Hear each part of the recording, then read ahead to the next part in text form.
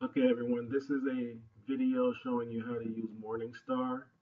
And basically, we're on the Morningstar start page. And this is for assignment 4 when you're going to look up dividends. You type in here in this search box, I should say, the ticker symbol or company name.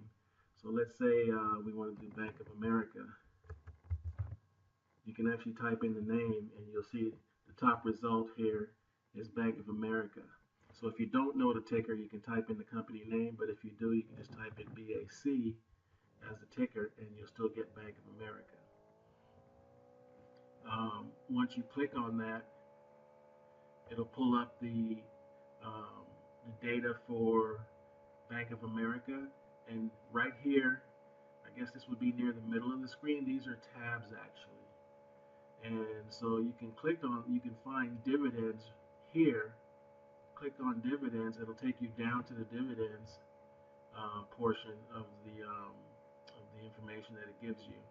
And this will tell you whether or not your stock actually pays dividends, or if it did pay dividends and how much and so on. So for chapter 4 Investopedia assignment, you can actually come here and look up each stock to find out if they pay dividends and what the dividend payouts are, and provide the information required for the assignment.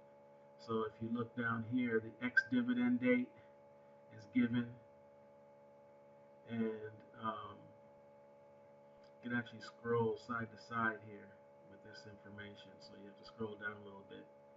Um, you get the ex-dividend date, um, the payable date, dividend type, and you get your dividend history here on the left side, as well as the dividend information here from year to year. So it's pretty good information, but it's the information that you need basically to um, provide the feedback for the assignment in terms of the ex-dividend date, last dividend paid, and how much. So this is where you get the information on Morningstar. So I hope this helps you guys out.